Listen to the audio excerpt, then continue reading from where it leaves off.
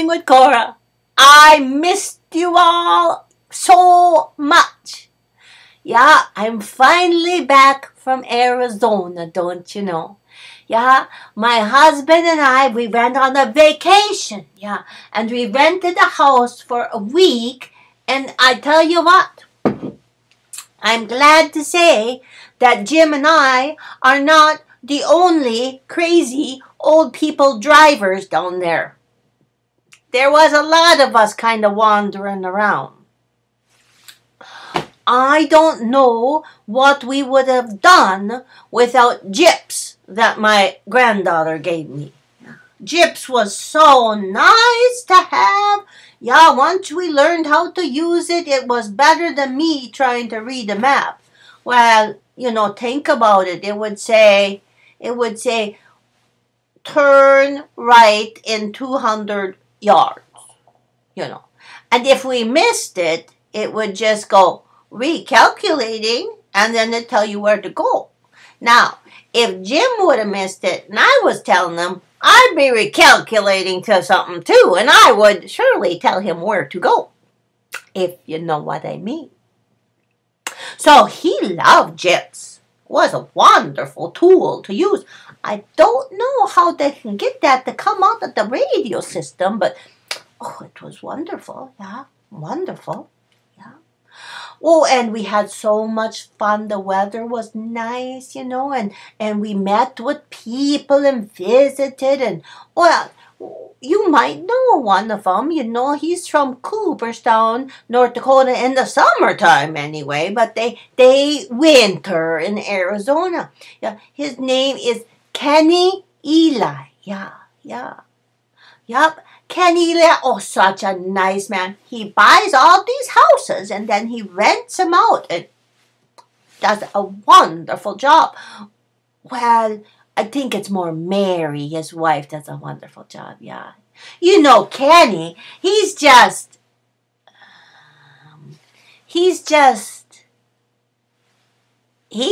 full of it. Now, don't tell him I said that. I want him to give me a good deal next year on renting a house. Yeah. Well, they came over to visit, and we were sitting out in the patio, and he'd invited his girlfriend. Yeah. He's got a girlfriend, yeah, and I don't know how Mary puts up with it, but she's fine with it seems like, yeah. Her name was Kathy Evans, and she's a supposed realtor. She sold the houses he bought. Yeah, that's what they say anyway. Well, but she was nice for someone that's not Norwegian or not from North Dakota. Yeah, she was pretty good, yeah. So he had invited her over. Now, this is a true story, mind you. He told her that there were some people from North Dakota that were just a little out there. Well, I don't think I'm out there, but that's what he said. They were a little out there. See if he gets a Christmas present. Yeah. And they might be interested in buying a house. So she came over and she was visiting in the house with Jim and Kenny, and Jim yelled at me, so we came in, and I didn't know we had company. So I had my cup of Folgers in my hand, and I asked her, I met her, and I asked her, Kathy, would you like some Folgers?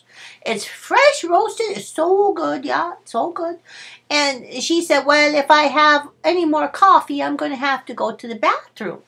Well, I said, that's fine. I said, we have 2 bathrooms in this house, but don't use the one down that hall because my husband just got done doing number 2. Yeah. The other one's just fine, but she didn't want any coffee. Yeah. She kept looking at me a little strange, I don't know what. When I asked about if we could have chickens in the backyard, yeah, she didn't think too much of that, yeah. And I asked her, how many inches of snow they get a year. I didn't know. I just wanted to know if we had to have shovels or, if we bought the house, what we would need. But, she was just a professional. Yep. And then we all sat and had coffee, and we had to tell her we weren't going to buy a house. Not this year. But she said, tell anyone who's interested in buying a house down in Arizona, to let her know, and she would find them the perfect match. Yes. Yes, just like she's the perfect match for Kenny. I'm going to have to clue Mary in on that. Oh, goodness sakes, I don't know about these young people nowadays. That's Kenny, I don't know about him. Yeah.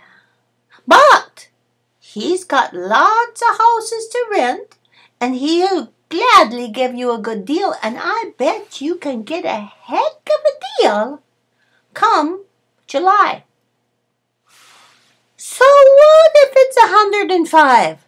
It's dry heat. It'll only feel like 102. Yeah.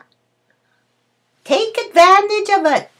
If you need his phone number, you just call me. I'll get a hold of him. Yes. I'll set it up.